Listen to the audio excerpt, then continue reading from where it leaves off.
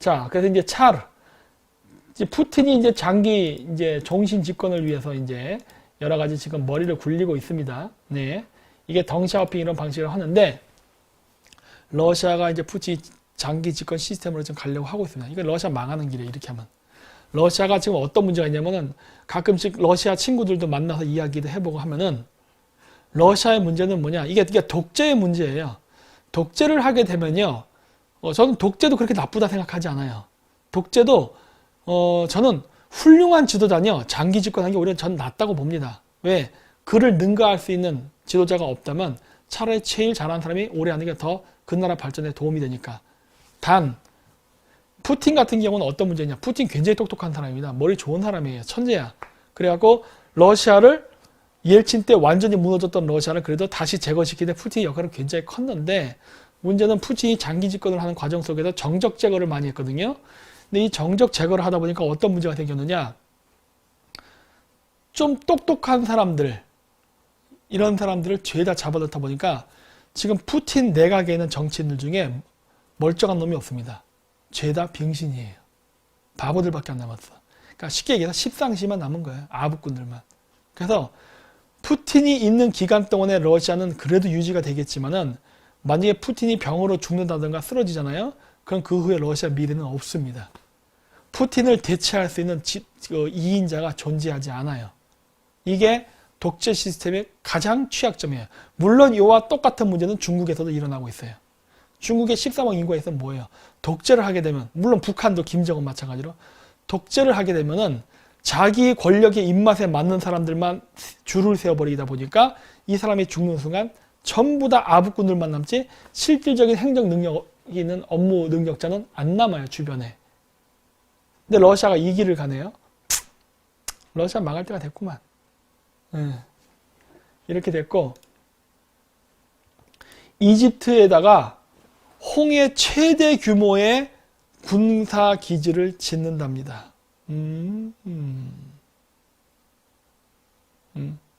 이집트. 자, 그러면 이 이집트는요, 여기 나올래나? 아, 여기 안 나오는구나. 뭐가 있느냐? 이번 달서부터인가 해가지고 이스라엘이 지금 석유 개발하잖아. 해저 유전. 석유를 이집트에 판답니다. 그래서 이집트도 친미, 친이스라엘 진영으로 들어와 있어요. 따라서 이집트 내에 만들어지는 홍해 최대 규모의 군 기지는 결국 누구를 바라보고 하는 거냐? 중국입니다. 자, 잠깐만요. 지도를 또 보여드려야 돼요, 제가.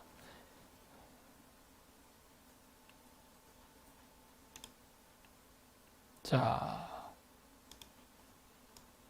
여기에 이집트가 있죠.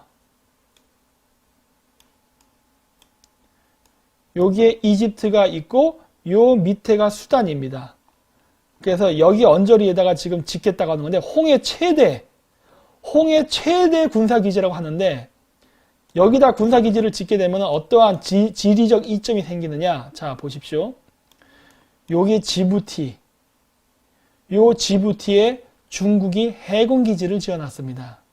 해군기지를. 그리고 이스라엘이 여기 있어요. 그리고 시리아가 여기 있습니다. 이란이 여기 있어요. 여기서 이 지역을 커버할 수 있게 되는 거예요. 그렇죠? 요 준비 작전이 시작된 거예요, 지금. 왜? 이집트는 지금은 여러 논쟁이 있을 수 있지만 친미에 가깝습니다.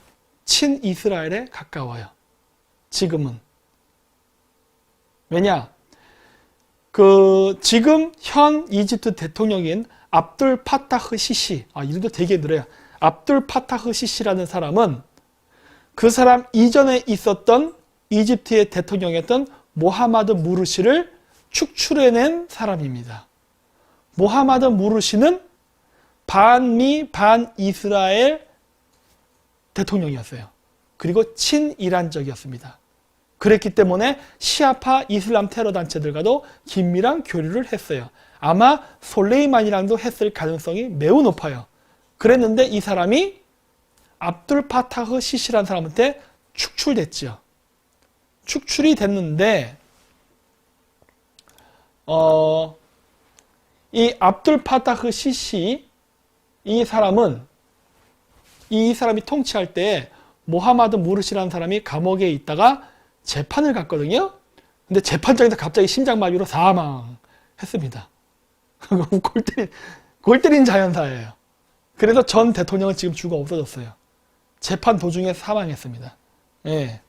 그래서 압둘 파타흐 시시가 있는데 이 사람은 친이스라엘, 친미적이에요. 근데 이 친이스라엘, 친미적인 압둘 파타흐 시시 대통령 현 통치 기간 중에 홍해 최대 해군기지를 짓는다는 거예요. 이거는 중국 바라보고 하는 거예요. 저게 이집트 땅에 있다고 해서 뭐 다른데 뭐 이런 거 아닙니다. 중국 바라보고 하는 거예요. 아까도 얘기했죠, 제가? 지부티의 해군기지, 지부티에 중국 해군기지가 있습니다. 이거 견제하기 위해서 만드는 거예요. 누가? 이스라엘이. 이란, 시리아 포함해가지고. 그래서 중동에서 벌어지고 있는 많은 전쟁은 딱 보기에는 중동 테러리스트들과의 싸움처럼 보여요. 그냥 보기에는. 근데 사실 알고 보면 이거는 중국과의 전쟁의 대리전입니다. 미국과 중국이 직접적으로 싸우지 않고 돌려서 중동에서 벌어지는 대리전이에요. 왜 그러느냐? 미국 입장에서 지도를 봐야죠. 2차 세계대전 때와 매우 비슷한 양상으로 가고 있는데 대일본 제국이 왜 망했느냐? 메이지 유신의 그 성공을 하고도 일본에는 석유가 없었습니다.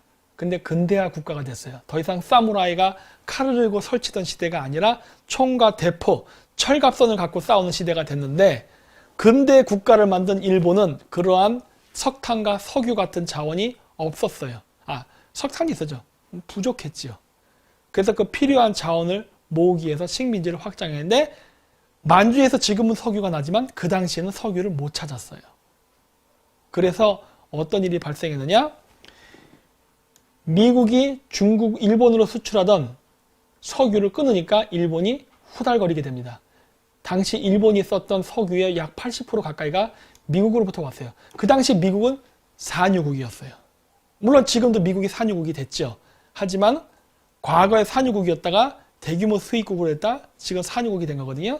근데 그 당시엔 산유국이었어요. 그래서 일본이 미국으로부터 석유를 수입을 많이 했는데 일본이 지나치게 잘 나가니까 미국이 견제하기 위해서 석유를 일방적으로 끊어요.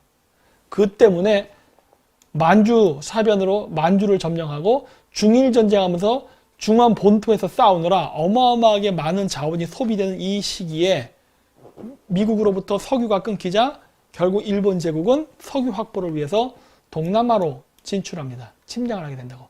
근데 여긴 전통적으로 네덜란드, 영국, 프랑스의 식민지 지역이에요. 그러다 보니까 영국은 영일 동맹이고 미일 동맹이고 나발이고 다 깨져버린 거예요.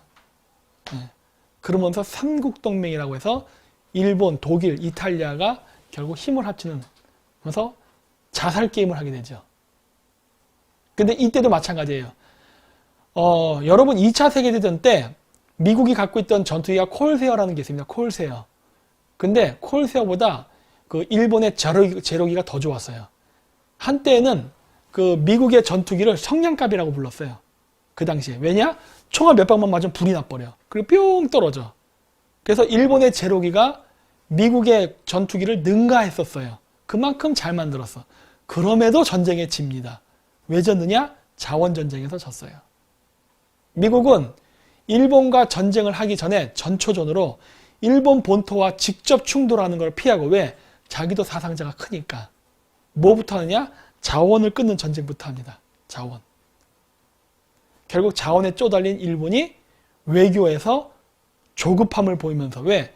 막 자원이 부족하니까 달라고 하는데 저쪽에서 막 가격을 올리고 담합하고 막 이런 열받이가 어떻게 돼? 에이 새끼야 내놔하고 뺏어버리고 결국 전쟁이죠. 이러면서 결국 코너에 몰린 거거든요. 지금 미국이 중국을 이렇게 만들고 있는 거예요. 중국을 직접 때리기보다는 주변을 치는 겁니다. 그게 뭐다? 13억 대국이라는 중국은 인구가 많은 것이 장점도 되지만 단점이 돼요. 특히 소비라는 측면에서 봤을 때는 매우 취약합니다. 그러니까 자원을 공격하는 거예요. 중동 분쟁이 격화되면 격화될수록 중국은 망합니다. 그 일이 지금 벌어지는 거예요. 그래서 이집트에 만들어진 대규모 홍해 최대의 군사기지는 중국을 바라보고 한다고 보면 됩니다. 예. 그렇게 되는 거예요. 다른 사람들은 뭐라고 분석하는지 모르겠어요. 네. 하지만 저는 지금 그렇게 보고 있어요. 자, 그리고 미국이 아프리카에서 철군을 하겠다니까 프랑스가 쫄아버린 거예요. 어? 그래서 프랑스 국방 곧 워싱턴 방문. 살려주세요. 이런 거죠. 어? 웃기죠? 그러더니 갑자기 프랑스가 중동의 IS 격대전에 핵 추진 항공모함을 배치하겠답니다. 아이고, 매 하루 만에 말이 바뀌었네. 이렇게. 하루 만에. 예? 이런 거지요. 여러분, 프랑스도 미국한테 쪽을 못 씁니다. 프랑스는 유럽연합의 일종의 수장 역할을 하면서 미국이 하는 대외 정책에 늘 딴지를 걸고 개기는 나라예요. 네. 그럼에도 불구하고 꼼짝을 못 하는 거예요. 꼼짝을 할 수가 없지. 미국이 얼마나 무서운 나라인데. 여러분, 우리나라 좌파들은 미국을 정말 얕보는데 미국 무서운 나라입니다. 장난이 아니에요. 중국은 저리 가라라고. 단 미국은 중국처럼 양아치 짓을 안 하다 보니까 여러분한테 치근덕거리는 게 없기 때문에 미국이 약한 거거나 존재감이 없어 보이죠. 왜냐? 중국은 양아치 짓을 하거든.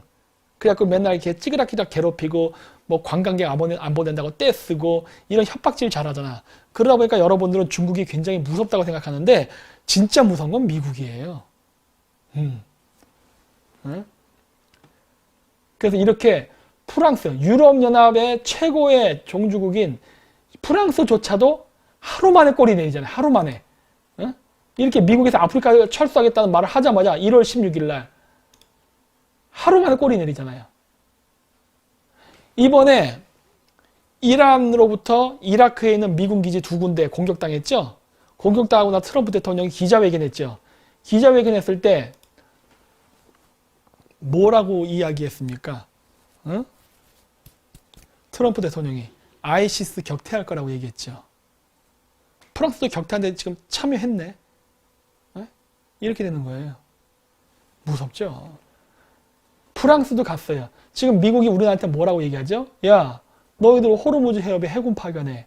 하고 있죠. 근데 우리나라 뭐라 그래요? 지금 강경화 이런 사람들이. 미국의 뜻이 우리랑 같을 수는 없다. 이런 자꾸 이상한 소리 하고 있죠. 왜 그래? 근데 얘들 배짱은 좋네. 프랑스는 하루 만에 꼬리를 내렸는데 우리나라는 여태까지도 거기에 빳빳이 들고 있죠. 송영길 같은 경우는 미국이 내정 간섭한다 그러고 조선 총독 분야 이런 햇소리 하고 있는데 이러다가 진짜 한번 제대로 맞죠. 세컨드리 보이콧 나올 수 있다는 얘기 지금 나오고 있죠. 응? 개념 잡아야겠죠, 우리나라? 지금 이란의 호르무즈에 군대를 파견하는 거는 이란 때문이 아닙니다. 아까도 얘기했죠? 이집트에 해군기지 생기는 거 중국 때문이에요. 우리 보고 지금 호르무즈 해협에 해군 파견하라는 거는 이란을 견제하라는 게 아닙니다. 중국 견제하라는 거예요. 왜? 남중국해를 통과해서 항해의 자유훈련도 같이 하고 그 다음에 이란에 가서 이란을 압박함으로써 이란과 중국으로 연결되는 각종 무기거래, 밀수거래, 암호화폐 이런 것들을 차단하라는 거거든. 할 수 있을까? 지금 못하고 있죠. 왜 못하느냐? 이거 하게 되면 문재인 정권 무너지죠. 이 사건 중에 한 가지가 조국의 사모펀드입니다. 네. 요거의 한 가지가 지금 이란에서 일어나는 이 전쟁의 한 가지가 조국의 사모펀드예요. 꽤 굵은 줄기입니다. 네? 그래서 여러분들이 이집트, 아이시스 이런 거 잘 모르잖아요. 너무 어렵고 그러면은 조국의 사모펀드만 파세요. 그래도 이러한 대규모 공작에 여러분들이 큰 도움을 주는 겁니다. 자, 그래서 지금 미국하고 이라크군이 아이시스 소탕 연합작전을 시작했답니다. 그리고 여기서 재밌는 얘기가 드디어 나오죠. 제가 저번에 했던 얘기랑 비슷하죠. 이란군 참모총장이 터키 국방장관과 통화를 해서 긴장을 고조시킬 의도가 없다. 라는 말을 한 거예요. 난 뭐야? 나 너랑 싸우기 싫어. 이런 얘기 한 거예요. 왜? 시리아에서 혼란이 일어났는데 차량 폭탄 테러로 터키 군 등 10명이 죽었답니다. 터키 열받겠네. 응? 터키 열받겠네. 응?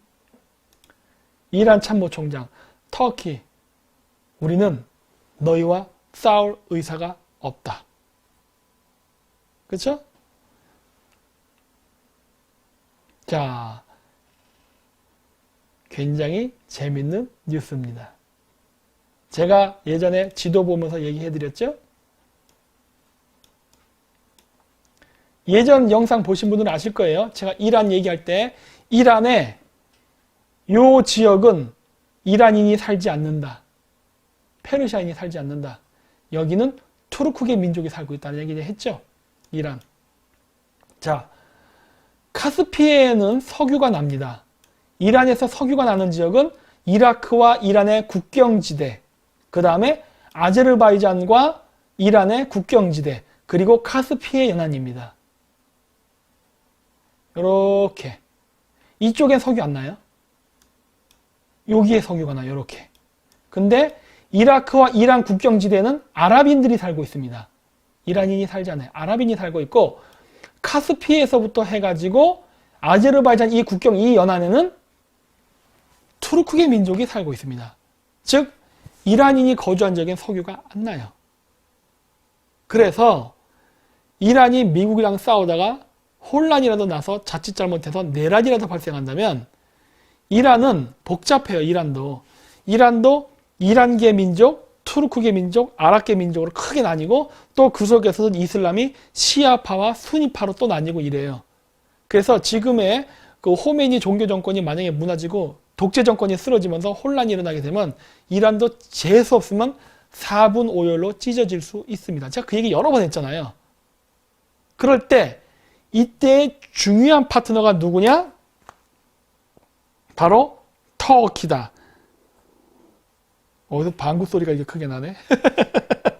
저 똥개가 방구를 끼나 봅니다. 자, 그래서 제가 터키를 그래서 굉장히 강조를 많이 했잖아요. 왜냐? 터키는 약 7천만의 인구가 있는데 자원이 없습니다. 석유 자원이. 그래서 이번에 이스라엘이 요 앞에서 유전을 개발하니까 터키가 난리를 친 거예요. 그러면서 뭐라고 얘기했죠? 우리에게도 이권을 준다면 터키의 패트리어트 미사일 방어 시스템을 깔 것이다. 라는 얘기까지 한 거 아니에요. 그 정도로 얘들 석유에 대한 확보의 의지가 강한데 터키는요.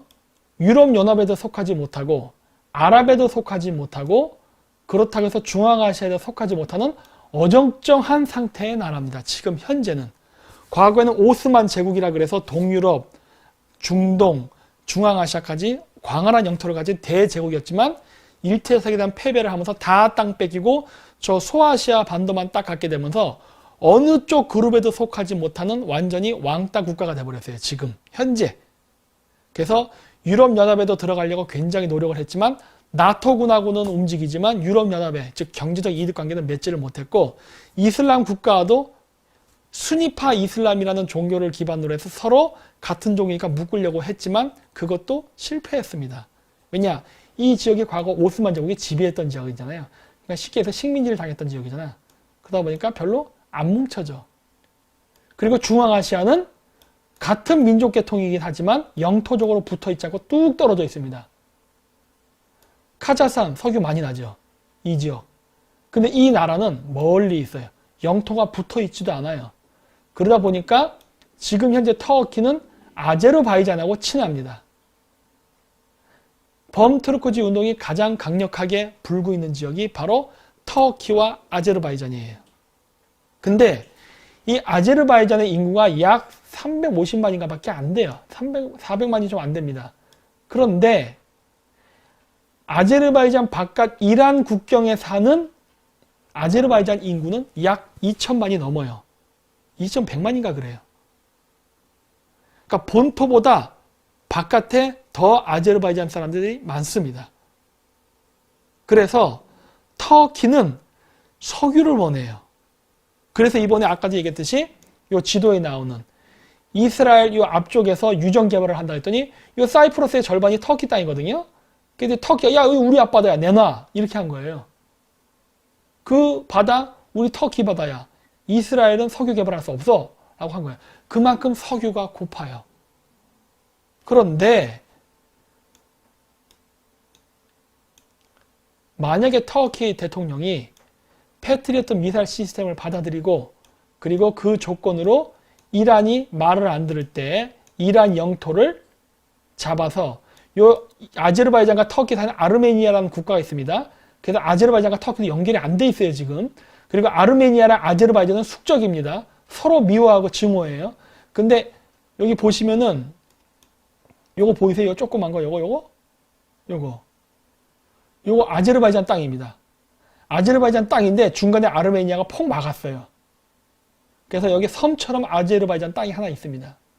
그래서 터키는 이 지역 땅을 가질 수 있다면 너무 행복하죠. 왜? 그러면 아제르바이잔과 영토가 연결이 돼요. 더 행복한 것은 뭐죠? 이 연안이 다 투르크 민족 국가거든요. 여기가 독립되면은 투르크메니스탄을 통해서 중앙아시아 CIS 5개 국가 다 연결이 됩니다. 그런 중앙아시아의 막대한 자원을 투르크계 국가의 영토를 이용해서 터키까지 들어올 수 있어요. 그러면 터키 7천만 인구가 엄청난 에너지를 러시아의 눈치를 보지 않고 이란의 눈치를 보지 않고 자급자족하는 길이 열려요. 그러면 터키는 무진장 강대국이 될 수 있는 길이 열립니다. 터키가 이걸 모를까? 나는 눈에 보이는데 터키 이거 알고 있어요. 그래서 터키는 호시탐탐 노리고 있습니다. 호시탐탐. 호시탐탐 노리고 있는데 이런 사건이 난 거야. 이런 사건. 시리아 내전. 즉 여기 쿠르드족 있는데 여기에 지금 터키군이 들어와 있잖아요. 근데 여기에 들어왔는데 이 터키군이 죽었어. 누구한테 죽었겠어요? 시아파 무슬림. 응? 시아파 무슬림한테 맞아 죽었단 말이에요. 그건 터키가 어떻게 됐어요? 눈이 이따만해지겠지? 이것 봐라. 응?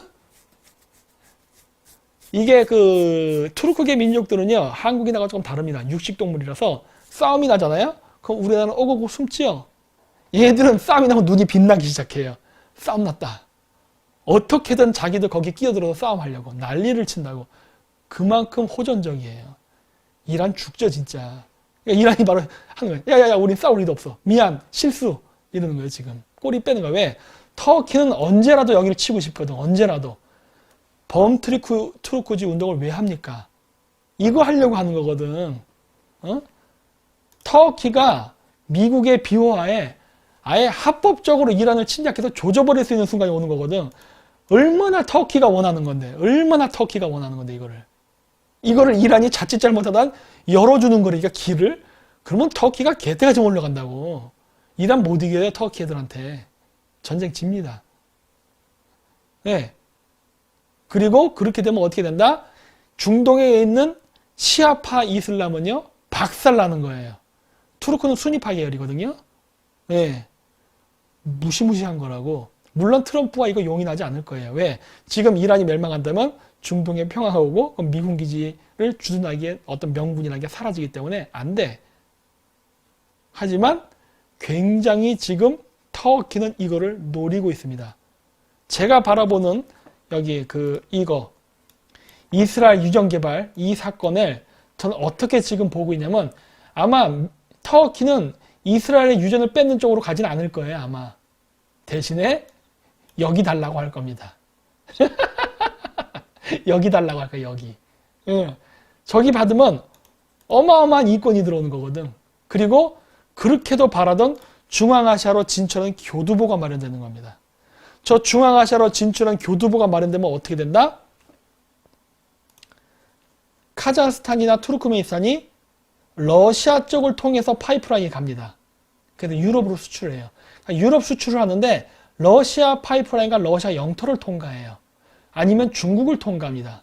근데 그게 아니라 이란이 말을 안 듣고 이상하게 뻘짓해갖고 분열되면은 이란 땅이 아닌 투르크계 독립국가 땅을 통과해서 유럽으로 석유와 가스를 수출하는 길이 열려요. 그러면 카자흐스탄 같은 러시아를 국경을 접한 이러한 거대한 중앙아시아 국가는 더 이상 러시아의 눈치를 보지 않고 미국과 공조를 강화할 수 있는 길이 열립니다. 트럼프 대통령은 여기서 선택의 기로에 서 있어요. 지금 어떻게 하는 게 유리한가? 투르크계 민족을 도와가지고 이란을 분열시킨 다음에 터키와 중앙아시아를 연결시켜서 강력한 제2의 오스만 제국을 부활시키는 것이 나은가? 아니면은 현 상태를 유지하는가가 중요해요. 물론 터키가 부활하는 것에 가장 강력하게 저항하는 세력은 독일과 프랑스입니다. 무서워해요. 뭐 그리스는 뭐 말도 못하고 사시나무 떨듯이 떠는 거고. 그래서 이러한 문제를 지금 내다보고 있는 거란 말이야. 따라서 미국은 지금 어떻게 하는 거냐? 터키란 나라도 쥐었다 쪼였다 하면서 독일하고 프랑스를 관리하는 겁니다. 너 말 안 들으면 터키 키워준다. 이런 식으로. 어?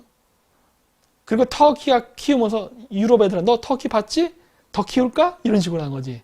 그럼 이제 프랑스랑 독일이 물어볼죠. 형님 살려주세요. 제발. 어? 말 듣겠습니다. 이렇게 나가는 거거든. 그러다 보니까 터키도 막 성장을 못합니다. 터키도 그게 불만이에요. 터키도 이걸 알아. 터키도 대제국을 건설할 수 있는 능력도 되고 하고 싶은데 문제는 미국이 터키를 절대 풀어주지 않죠. 잡고서 컨트롤만 할 뿐이에요. 그렇기 때문에 터키가 가끔씩 돌발 행동을 하는 겁니다. 미국에 대해서. 야, 이 새끼야! 막 그러고 막 터키가 막 돌발 활동할 때 있죠? 왜 그러냐? 열받아서 그런 거야. 야, 도우려면 확실히 도와. 왜 나를 자꾸 돕다 말다 찌작찌작거려. 열받네? 이렇게 나가는 거예요. 그러다 보니까 야, 러시아, 너 러시아 무기 내가 살래. 막 이런 식으로 해버리는 거야. 나토인데, 나토. 나토 소속임에도 불구하고 야, 러시아 무기 갖고 와. 내가 사줄게. 막 이렇게 나가는 거예요. 이씨, 미국 이거 보니까 내 편 들어준 척하면서 자꾸 내 뒤통수 치는데 이거 안 되겠네? 이렇게 하는 거라고. 그래서 터키랑 미국도 물론 기본적으로는 동맹이지만 갈등 관계 속에 있다고요. 이런 것들이. 예? 그래서 지금 이런 것들을 하면서 지금 중동에서 벌어지는 많은 패권 경쟁들이 일어나는 겁니다.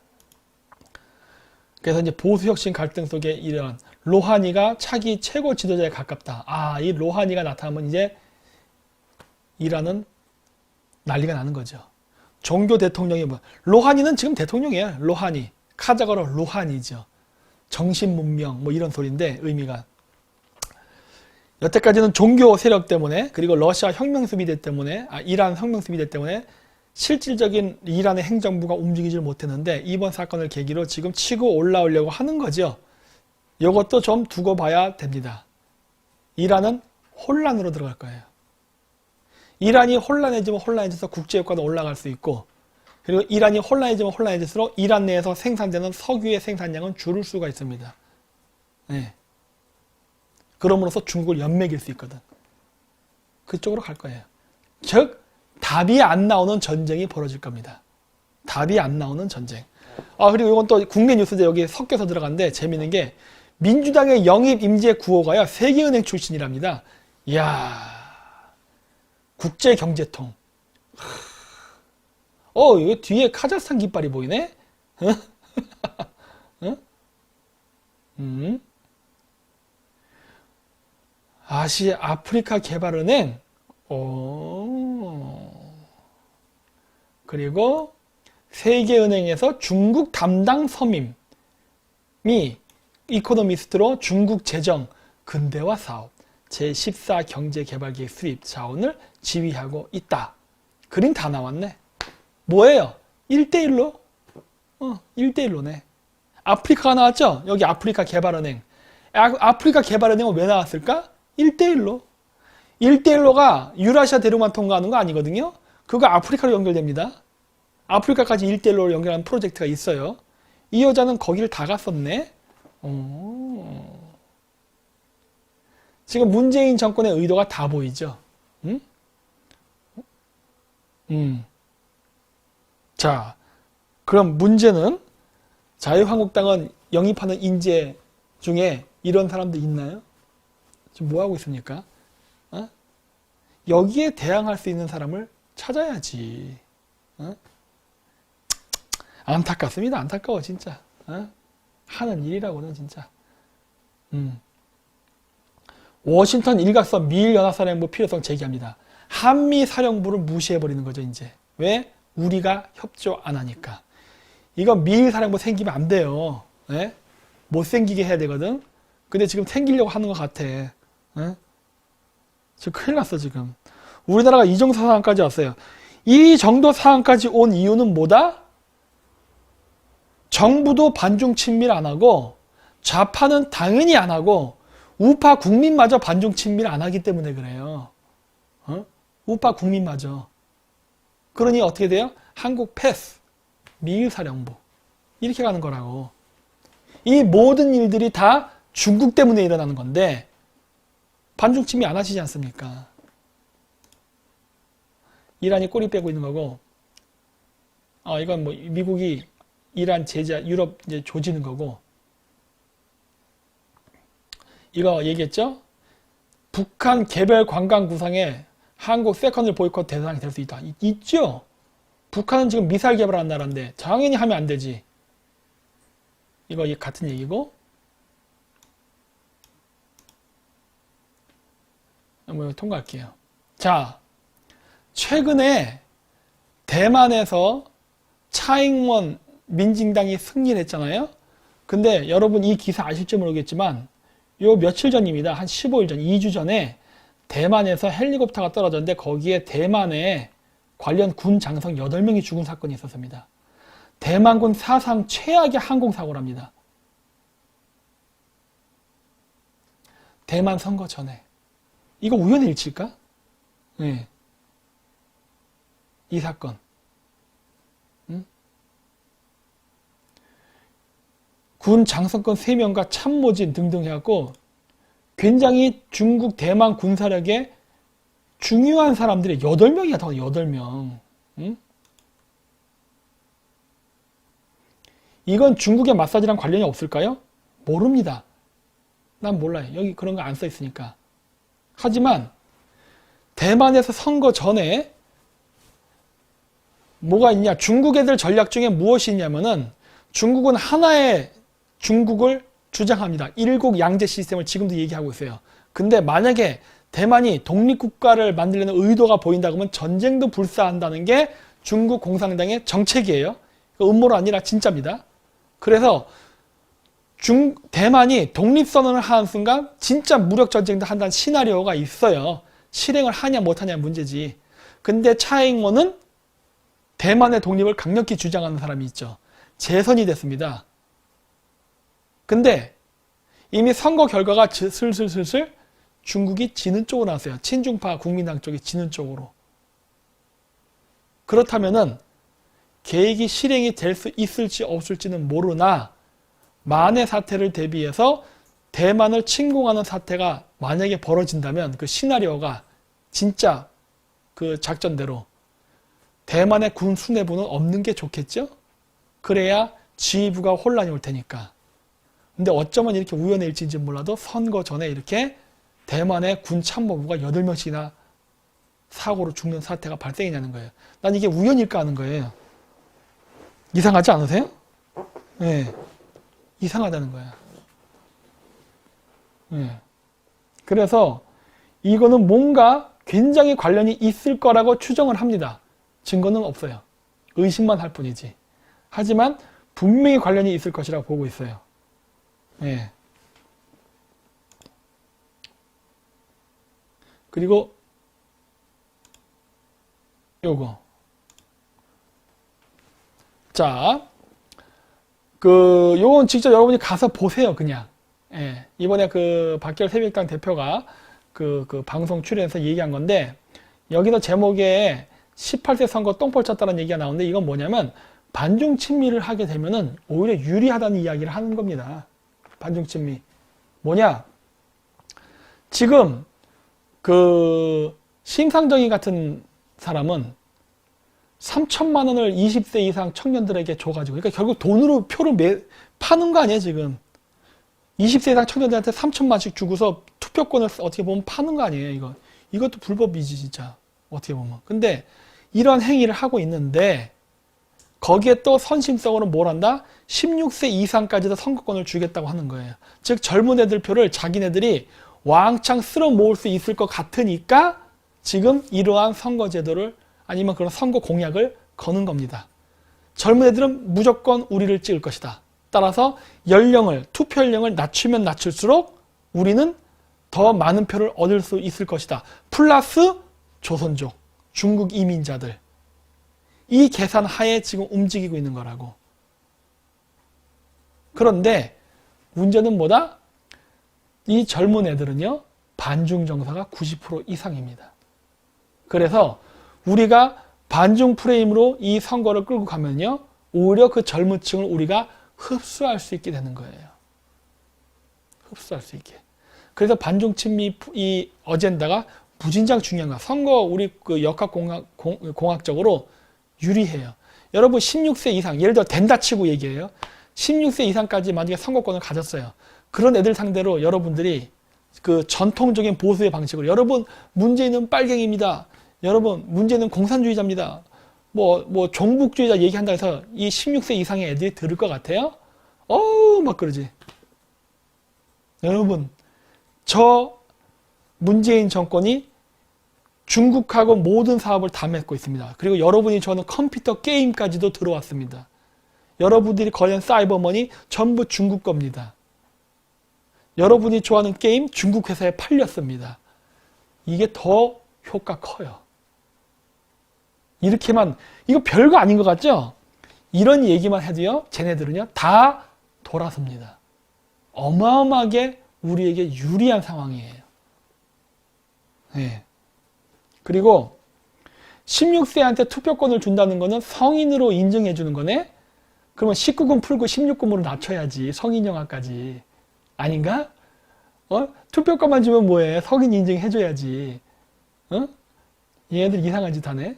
뭐 어쨌든 간에 이런 식으로 지금 얘네들이 공작을 하고 있는데 이거는 오히려 우리에게는 호재입니다. 우리가 이 카드를 받을 수 있어요. 그래서 이거를 가지고 가야만 우리가 이번 선거에 매우 유리한 상황을 가져가는 거예요. 반중 친미는요, 선거에서 유리합니다. 그리고 제가 이번에도 얘기했던 대만. 자, 보십시오. 이란 사태, 그 다음에 대만, 홍콩, 일본, 아베 정권은 아직도 유지되고 있죠? 이게 됨으로써 지금 중국 주변은요, 전부 반중 정권이 들어서고 있습니다. 이란하고 중국이 그렇게 친했었는데 지금 이란 완전히 만신창이가 돼가고 있어요. 이란 라인 네트워크 끊겼습니다. 자, 중국은 여태까지 자기에게 유리한 정치인을 뽑게 하기 위해서 친중파 정치인들을 육성했어요. 뉴질랜드, 호주, 홍콩, 대만, 일본, 한국, 미국, 캐나다, 독일, 프랑스, 하여튼 뭐 전 세계에 손을 안 댄 데가 없었어요. 그랬는데 죄다 쫓겨나고 있습니다. 그렇죠? 캐나다, 미국에서 다 쫓겨나고 있죠? 유럽에서도 쫓겨나고 있습니다.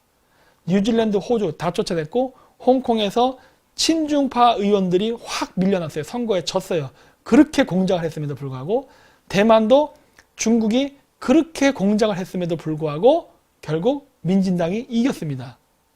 아베는 물론 당연히 반중이죠. 존재해요. 자, 이제 중국이 살아남을 수 있는 유일한 탈출구는요, 바로 여기 대한민국입니다. 대한민국마저 반중 정권이 생긴다면은 중국은 진짜 사면초가고 죽는 거예요. 따라서 지금 중국 공산당은 이번 4월에 있는 우리나라의 그 국회의원 총선에 진짜 총력을 기울일 겁니다. 조국 사모펀드 예를 보셨죠? 여러분 중국 애들이 우리나라 지금 이 선거판에 안 끼어들 거라 생각하세요? 어마어마한 자금을 풀 겁니다. 여야를 구별하지 않고 여야 심지어 촛불 부대, 태극기 아스팔트 부대까지 어마어마하게 돈을 풀 거예요. 유튜브계까지도. 왜냐고? 반중 친미 못하게 하기 위해서. 왜냐? 홍콩에서 선거에 이긴 거는 어떻게 이긴 겁니까? 반중 친미로 이긴 겁니다. 대만에서 민진당이 어떻게 해서 이긴 거예요? 민진당은 좌파입니다. 우파 아니에요? 좌파임에도 불구하고 반중 친미를 외쳤기 때문에 이긴 거예요. 예? 젊은 층들이 반중 정서가 강하거든. 젊은 애들이 대거 투표장으로 나온 거예요. 그랬기 때문에 투표율이 낮은 젊은 애들이 나와서 반중 정서를 가진 젊은이 나와서 투표를 했기 때문에 이긴 겁니다. 우리나라는 어떨까요? 고맙게도 쟤네들이 16세까지 투표권을 주겠대. 근데 얘네들은 다 반중 정서가 강합니다. 이 강력한 반중 정서를 가진 민심을 담아줄 그릇만 있으면 돼요. 정의당이 이거를 하려고 했었죠. 언제? 홍콩 민주화 운동을 지지하는 거를 각 대학교에서 대자보를 붙이면서 그 운동을 펼쳐나갔었죠. 그거를 우리는 처음에 순수하게 그 대학생들이 하는 것이라고 생각을 했는데 알고 보니까 누구였다? 정의당이었죠. 정의당 당원인 그 학생회 간부들이 그렇게 홍콩 민주화 시위를 지지한다고 하면서 대학생들이 갖고 있는 반중 정서를 자기 정의당의 지지 세력으로 끌어모으려는 작전을 했었죠. 했는데 중국 영사가 제재를 가해버린 거죠. 왜? 전남대학교에서 바로 홍콩 민주화 시위를 지지하는 그러한 모임을 하려고 했더니 중국 영사관에서 뭐라고 했습니까? 만약에 그런 모임을 하게 되면은 우리가 중국 유학생들을 동원해갖고 가만히 두지 않을 것이다. 라고 협박을 했더니 꼬리를 내려버렸죠. 그러면서 갑자기 언론에서도 그렇고 막 대학교에 막 했던 홍콩 민주화 시위 지지 이런 말들이 쑥 사라졌죠. 왜? 정의당이 먹을 수가 없는 거예요. 좌파들은요, 젊은 층이 갖고 있는 반중 정서를 표로 끌어내기가 매우 어렵습니다. 매우 어려워요. 왜냐? 할 수가 없죠. 조국의 사모펀드가 있는데 누구 마음대로 중국 공산당을 비판하는 쪽에 줄을 서요. 못해요. 얘네들은 민주당을 비판하면서 다른 신생 정당이 생긴다 하더라도 절대 반중 정당은 못 만듭니다. 좌파 반중 친미 정당은 못 만들어요, 얘네들이. 왜냐고요? 학연, 혈연, 지연, 금전으로 엮여 있기 때문에 하고 싶어도 못합니다, 이거는. 그래서 우리에게는 더할 나위 없이 좋은 게인 거예요. 이거는 그냥 주워 먹으면 돼요. 왜? 우리하고 경쟁할 이유가 전혀 없어요. 그냥 우리가 먹으면 되는 거야. 근데 이 먹으면 되는 이 아주 간단하고 이 달콤한 이 먹이를 왜 우리가 못 먹느냐? 그거는 바로 우파 내부에 갖고 있는 카르텔, 중국에 대한 무지, 그 다음에 그 반중 친미를 하게 되면은 마치 어떤 세력 싸움에다 자기네들이 밀리는 것 같다는 이 헤게모니 싸움, 이런 잔머리를 굴리니까 안 되고 있는 거예요. 하지만 여러분들이 맨날 그 통합하려고 하지 마시고 반중 친미로 대동단결 통합하시면요, 그냥 이깁니다. 이 선거는. 정당 안 뭉쳐도 돼요. 비례대표일 때는 오히려 흩어져 있는 게 좋습니다. 그래서 제가 얘기하잖아요. 이거 연한계라고. 쟤네들은 우파가 통합되기를 원해요. 마치 적벽대전 전에 모든 배들을 끈으로 묶어서 연한계로 해서 불 한 방 화살 쏘면은 확 배를 태워버리기 쉬우니까 묶으라 통합하라고 하죠. 근데 비례대표 시스템에서는 안 묶여 있는 게 좋은 겁니다. 각자 있으면서 비례대표를 표를 얻는 게 더 많은 의석수를 차지할 수가 있어요. 따라서 통합 안 해도 되고 그 상태로 놔두고 어젠다만 단결하면 돼요. 그게 뭐다? 반중친미. 그래서 제가 얘기하잖아요. 아니 반중친미 언제 저 혼자 하라고 했어요? 여러분 하세요 얘기하잖아요. 늘 얘기하잖아요. 여러분도 가서 반중친미 하세요. 안 하는 것뿐이죠. 하세요 하죠. 뭐 김정민의 반중친미는 가짜 반중친미다. 그러면 여러분들이 진짜 반중친미 하세요. 내가 얘기하잖아요. 누가 뭐래요? 하세요 하잖아요. 안 할 뿐이잖아. 그러니까 하세요. 응? 하게 되면은 무진장 유리합니다. 이 선거는. 반중친미를 하게 되면. 너무나 쉬워요. 왜? 지금 문재인 정권이 만들어 놓은 중국과의 이러한 의심되는 커넥션들 무진장 많아요. 비트코인서부터 해서 줄줄이 아주 그냥 사모펀드까지 다 연결되어 있거든. 지금 비트코인과 사모펀드는 하나의 사건이에요. 별개의 사건이 아니라고. 하나의 사건이야.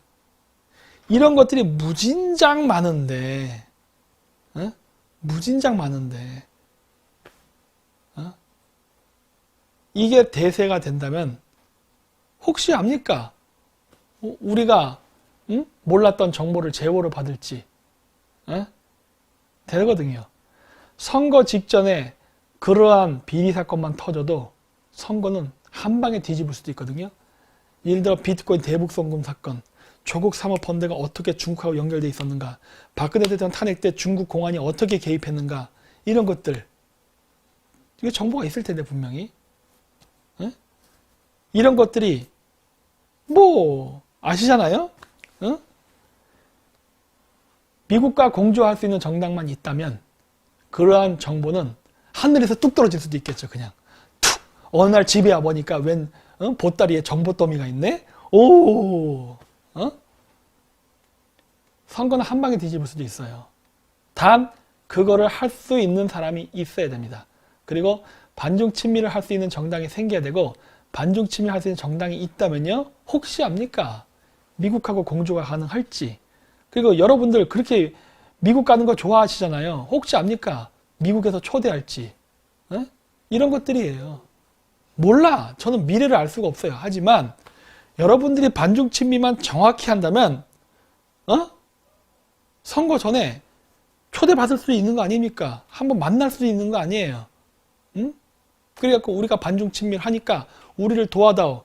그러면 우리는 반중 친미를 하면서 사드 미사일 그 배치도 강화시킬 자신이 있고, 그 다음에 암호화폐를 통한 대북송금이라든가 이런 것들을 철저히 파헤칠 것이다. 왜? 그게 북한의 핵개발로 연결됐기 때문에 이런 것들 우리는 한다. 이런 식으로 쭉 미국하고 공조할 수 있는 여러 가지 것들을 이야기하면 돼요. 단 조건은 뭐다? 우리가 정치적 힘이 있어야 그게 가능하니까 상호 코퍼레이션 잘해봅시다. 이러면 되는 거 아니에요. 뭐가 어려워.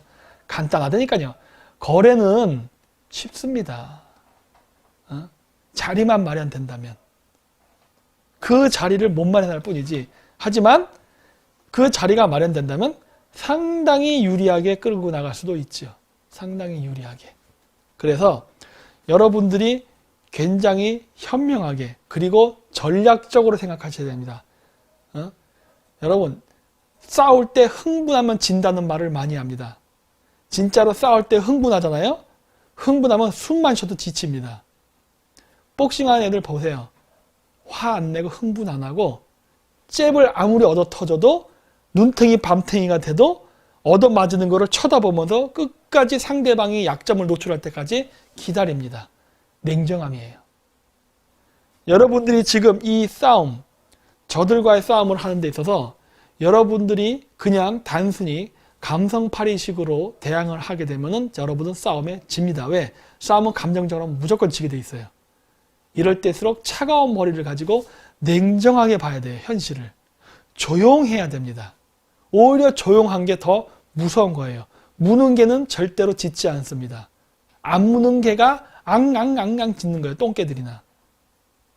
그래서 한 방을 노리면서 기다리고 있어야 되는 거예요. 그러면서 전애들의 급소가 어디고 어디가 가장 약한 지역인지를 당해서 그걸 한 방에 팡 치면 되는 거라고. 그 카운터 펀치를 노려야 되는 거예요. 왜? 여러분들은 야당이고 제야고 소수기 때문에, 정규군이 아니라 비정규군이기 때문에 여러분들이 같이 맞받아치려고 하면 무조건 지는 겁니다. 이기는 게 아니에요. 그래서 우리는 버티면서 카운터 펀치 한 방을 기다리고 있어야 되는 거예요. 한 방에 너를 보내드리겠다. 한 방에. 응? 두들겨 맞으면서 급수만 피해 맞으면 사람은 기절 안 하거든. 이러고 맞으면 되잖아. 이러고. 이런데 맞으면 안 아프거든. 한 방을 노리겠다라고 해야 되는 거예요. 그 순간까지 기다리고 인내를 해야 된다고. 근데 이거를 못 하잖아요? 그러면 집니다. 그래서 냉정해지라고 얘기하는 거예요. 냉정해야 됩니다. 아직 진 거 아니에요. 그리고 아직 이 싸움은 끝나지 않았습니다. 저는 한국인의 냄비 근성을 믿습니다. 한국인의 냄비 근성을 믿어요. 여기서 막 끌다가 이쪽으로 옮겨오는 거 일도 아니야. 이거 쉬워요. 우리나라의 그 한방 정신은 사실 냄비 근성의 기인이에요. 지금 다 이긴 것 같죠? 천만에 만만해. 한 방에 뒤집을 수 있어. 그래서 그 순간을 기다려야 됩니다. 그래서 절대 부정적이지 않고 희망적입니다. 아직까지도 희망적이에요. 예. 반중친미를 포기하지 않는다면 우리에게 희망이 있습니다. 왜냐? 젊은 애들의 반중 정서는 계속 강해지면 강해졌지 절대 약해지지 않기 때문에 환경은 너무나 좋아요.